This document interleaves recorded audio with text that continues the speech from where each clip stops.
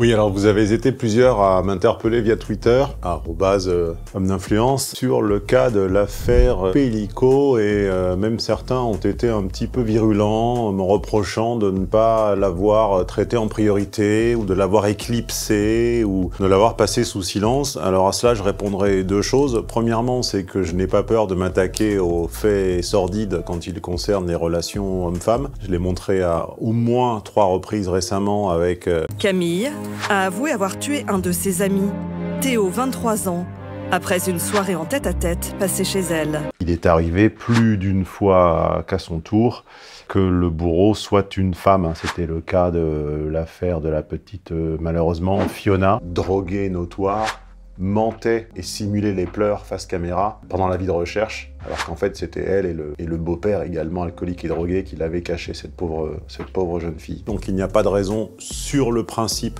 que je ne l'aborde pas, et le second, encore plus fourbe, encore plus sale, était de croire ou de faire semblant de croire à une forme de confraternité, un petit peu à l'instar de la fameuse sororité féminine qui n'existe que dans les yeux de celles qui veulent y croire. Il y aurait une confraternité masculine qui me lierait d'une manière ou d'une autre à ces hommes et qui m'empêcherait de les dénoncer. Alors ça, c'est vraiment faire un affront, même pas je veux dire à mon éthique, parce qu'on s'en fout. C'est vraiment faire un affront à mon intelligence que de me lier d'une quelconque manière à cette bande de cassos qui se sont constitués en meute sur un forum obscur pour intenter à la salubrité de cette pauvre femme. Alors, commençons par l'évidence. Cette femme est hautement respectable, admirable, c'est un martyr, son corps a été, son âme, j'imagine, ont été suppliciés, et le mari le mari ou l'ex-mari, je crois que c'est une seconde noce, si je me souviens bien, mais encore une fois, pardonnez-moi, en cette rentrée, les événements se bousculent et je fais des réactions comme ça un peu à chaud. Cet homme ne doit bénéficier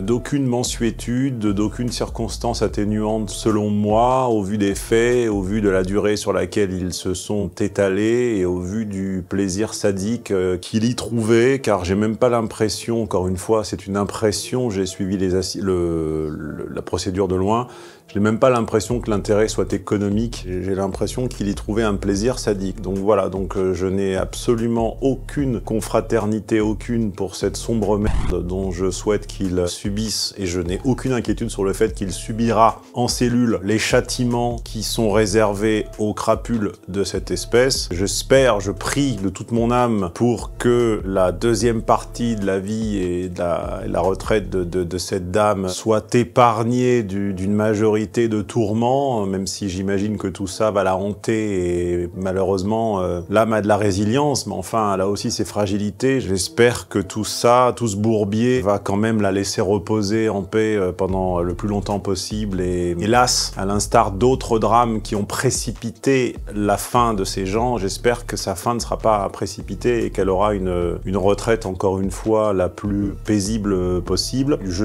l'ai dit sur Twitter, et certains n'ont pas compris, bon peu importe, je m'en fous, ce sont des trolls. Je suis de plus en plus choqué de la rhétorique qu'utilisent les avocats des présumés coupables. Enfin, je dis présumés, bon, on sait qu'ils sont coupables, mais pour des raisons que vous imaginez bien, je dis présumés. Je ne sais pas exactement à quel jour sera diffusée la vidéo, je ne sais pas s'ils auront été déclarés comme coupables ou pas encore, donc je les présume. Enfin, je les présume fortement. Il me semblait que la vocation d'un homme de loi était que le coupable, quand il est évident aux yeux de tous qu'il est coupable, reçoive la juste sanction, c'est-à-dire pas une sanction excessive, mais quand même la juste sanction. Et moi je défendrai, alors je ne serai jamais homme de loi, j'ai un rapport paradoxal à cette profession qui certes est utile, mais qui parfois a des pratiques à la limite de l'éthique et de la morale, et si vous avez déjà eu affaire à eux, vous le savez, il n'y a que finalement ceux qui sont loin de toutes ces choses qui se permettent de juger in abstracto. À partir du moment où on arrive à rapporter la preuve du fait que la personne qui a commis les actes avait conscience de commettre des actes de il y a viol. Sinon, il n'y a pas. Il faut, pour qu'il y ait viol, que la démonstration soit faite de l'intention coupable de l'auteur. Si l'auteur s'est trompé, c'est mépris, la Cour de cassation dit toujours qu'il n'y a pas de viol. Pose un vrai problème sur la question de la soumission chimique et surtout sur le fait que les autres pouvaient imaginer que finalement elle n'était pas sous soumission chimique. Voilà. Elle illustre à merveille l'inénarrable théorie de la grande caramélisation. Ouais, vous l'attendiez pas celle-ci. Hein. L'uniformisation de la dite beauté des classes populaires qui se produit en même temps que la frication et le wesh par métissage du prolo français du sud de la France et du nouvel arrivant du nord de l'Afrique. Et quand vous avez eu recours à leur service, vous savez que souvent, homme de loi et homme de foi, il n'y a pas qu'une lettre qui change. Bref, je remarque qu'ils devraient s'atteler à ce que les coupables, allez, osons le mot, purgent leur peine de manière juste, mais de là à adopter une rhétorique du bah non, je l'ai pas parce que je savais pas ce que je faisais ou je pensais qu'elle était d'accord alors que le corps était inerte et ne montrait aucun signe de vie. Bon, c'est morbide et c'est vraiment un aspect de cette profession qui me révulse. Voilà, moi je plaiderais, bah oui, effectivement, ils ont commis quelque chose de hautement détestable, de pénalement répréhensible, de moralement extrêmement odieux. Maintenant, faisons en sorte que la peine soit juste, qu'elle ne soit pas exagérée. Point. Voilà, je ne plaiderais pas la non-culpabilité de ces gens qui en plus se mettaient parfois en scène. Et ceci étant dit, j'ai envie de vous amener sur, à mon avis, un enjeu qui n'a pas été évoqué. C'est la raison pour laquelle je voulais prendre du recul, non seulement pour ne pas bêler avec le troupeau, mais aussi pour essayer de trouver la petite faille, la petite prise, le petit enjeu que le média n'avait pas vu. Pour moi, l'enjeu n'est pas l'existence d'un résidu masculin toxique ou nocif. Pour deux raisons. La première, c'est que je postule, alors je ne suis ni psychiatre ni psychologue, je ne suis que, entre guillemets, sociologue, mais j'ai quand même 18 ans de recul sur les relations, vous le savez à travers les centaines d'études de cas que j'ai publiées en ligne, et dites-vous bien que pour quelques centaines qui acceptent, ce sont plusieurs milliers qui n'acceptent pas, donc j'ai un recul de plusieurs milliers de cas de conflits relationnels, de passion, de passionnels, etc. Et je puis vous dire que rien ne me permet d'attester que les hommes auraient plus de vices, au fond, dans leur part d'ombre, que les femmes, ou plutôt que les femmes en seraient dépourvues. Si mon expérience ne suffisait pas à s'ériger en preuve, ben on a plein d'autres. Il suffit de regarder quand on ouvre la boîte à fantasmes. Donc là, je cite un article « Je fais de ce que je veux de toi et de ton corps ». L'inquiétant succès de la dark romance, plébiscité par les jeunes lectrices. Phénomène d'édition, ce genre littéraire érotise sans complexe la maltraitance, le kidnapping, la torture ou encore le viol. Dans ces romans plébiscités sur les réseaux sociaux par des jeunes filles, les personnages féminins sont systématiquement maltraités par des bourreaux séduisants. Mais à la différence des femmes, elles ne cherchent pas de système, de boîte à outils. Généralement, je dis bien dans 99,9 cas sur 100, cette érotique se limite à une imagination ou une petite masturbation solitaire à côté de la page entrouverte, mais ne va pas chercher des arcanes où elle pourrait se réaliser. Ou alors, si elle voulait jouer à se réaliser, ben on déguise l'époux, on déguise le compagnon et on met en place un jeu de rôle avec des barrières de sécurité, etc. Tout ça rentre dans le cadre de ce qu'on appelle le kink, si je ne m'abuse. Bref, c'est pas mon domaine. Cela reste au stade de l'imagination pure, c'est-à-dire autrement dit du fantasme qui n'a pas vocation à être réalisé. Je m'appuie sur un second témoignage, au-delà de ce journaliste qui était Zoé Grandjacques. Je m'appuie également sur le témoignage d'un psychiatre dont j'entendais un podcast il n'y a pas longtemps, et un des auditeurs, sous forme un peu d'étude de cas, lui disait je fais souvent ce rêve, ou parfois même dans la rue éveillé, que je me jette sous une voiture ou que je pousse quelqu'un sous une voiture. Et après l'avoir étrillé de questions pendant une demi-heure, le psychiatre arrive à la conclusion que c'est toujours resté à l'idée de rêve abstrait, que ça n'a jamais déclenché le moindre geste, le moindre début de pas, le moindre commencement d'une action. Et il en avait conclu, je me rappelle, c'est public, hein, alors j'ai plus exactement le nom, pardonnez-moi, j'ai fait ça de mémoire, mais il avait dit, bah, dans la mesure où vous ne déclarez jamais avoir, ne serait-ce que le début du commencement d'un mouvement vers cette action-là, pour moi, il n'y a rien à faire. Voilà, autrement dit, le mal n'est pas expiable. On peut penser à des choses répréhensibles dans la mesure où on ne met rien en place pour s'en approcher. Comme disait Monterland, au royaume des cieux, il n'y aura de peine pour ceux qui se sont tus. Voilà, personne ne le saura jamais, à part peut-être votre confident, ou rappelez-vous, à l'époque du curé, et à l'époque où le catholique était pratiquant, eh bien, il allait régulièrement se confesser, et il purgeait, il expiait ses mauvaises pensées en récitant des cantiques. Voilà. La différence, c'est que l'homme, dont je répète, qui n'a ni plus ni moins de part d'ombre, qui ne pense en statistique ni plus ou moins au kidnapping, etc., l'homme a une velléité, ou pourrait-on dire une facilité à passer à la pratique. C'est en tout cas mon avis. Vous êtes tout à fait libre de penser le contraire. Je vous attends dans les commentaires. Et je vais vous dire comment, bah, juste après, malheureusement, l'inévitable page de publicité.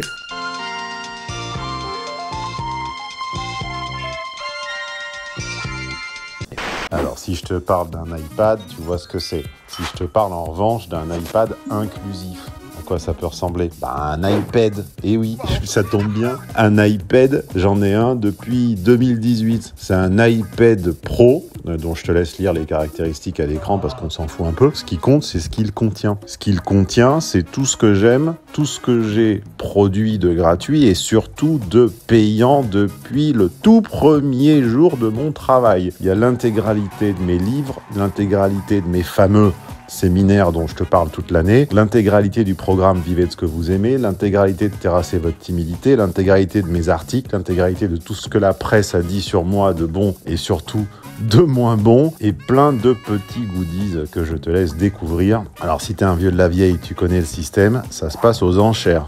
1 € sans prix de réserve. Et oui, sans prix de réserve. Le vainqueur part avec. L'URL est à l'écran et en description. Pour les non-voyants, l'URL c'est madconsulting.fr-iPed, I-P-E-D. Ça commence le 1er octobre et ça s'arrête le 10 à minuit. Ça te chauffe? Laisse ton mail sur la page iPad. Tu seras notifié dès le lancement des hostilités. Comment passe-t-il à la pratique, disais-je? Eh bien, il a Internet, et avant Internet, il avait le téléphone. Je me rappelle, je l'ai déjà raconté, mais je crois que c'était en podcast pour mes VIP. En prenant mon premier appartement à Paris en 2001, il se trouve, à l'époque, on était donc on avait le téléphone fixe. On avait un portable si on voulait, mais on va dire que notre moyen de communication principale était le téléphone fixe. Et je me souviens que mon numéro était dans une base d'hommes qui se livraient à... Alors, j'ai cru comprendre, parce qu'en fait, évidemment, à un moment, ils m'ont repéré, ils m'ont signalé, et je suis sorti de la base. Mais manifestement, l'habitant précédent de mon studio, qui devait également être un homme, on imagine, se livrait à des pratiques de type sadomasochiste ou au moins de type fessé. Et j'étais appelé, tous les 1 mois ou 2, je recevais un appel, toujours d'un homme, avec une voix comme ça de, on va dire, quadra-quinquagénaire, un prénom bien français pour le coup, et qui me prenait de mes nouvelles et qui cherchait à me donner un rendez-vous. Et alors, dès qu'il comprenait ma surprise, alors ça a duré 1 an ou 2, les 5 ou 6 premières fois, je ne voyais aucun rapport, et puis devinant ma surprise, il raccrochait précipitamment, puis ensuite, me disant que mon numéro devait figurer sur un groupe, alors à l'époque, les groupes n'étaient pas Internet, on imagine que c'était des petits carnets papier. Du coup, un jour, j'ai joué le jeu et j'ai demandé, bah oui, alors ça faisait longtemps qu'on m'a pas appelé, je commençais à me demander si je faisais bien partie du truc et en fait, on voulait me donner rendez-vous entre 2 portes, comme ça, je ne sais pas où, dans un hôtel, pour se livrer en me demandant si j'étais donneur ou receveur. C'était vraiment, c'était des fétichistes de la fessée. Alors c'est tragicomique, je ne mets absolument pas ce que j'ai vécu, d'ailleurs j'ai rien vécu, ça n'était que quelques coups de fil, je ne mets absolument pas ce que j'ai vécu en parallèle avec ce drame, ce multidrame. Simplement, je dis que l'homme, avec ou sans Internet, a plus de capacité organisationnelle à mettre sa fantasmatique en place. Ça a été le cas par le téléphone, ça a été le cas, j'imagine, auparavant par le libertinage et le courrier papier, ça a été le cas, c'est le cas désormais avec Internet où des forums de tous les fétiches possibles pullulent, car là, il semblerait qu'il s'agisse d'un fétichisme autour de la sédation. Ma remarque, c'est que ces forums seraient, si on le voulait, si on en avait la décision politique,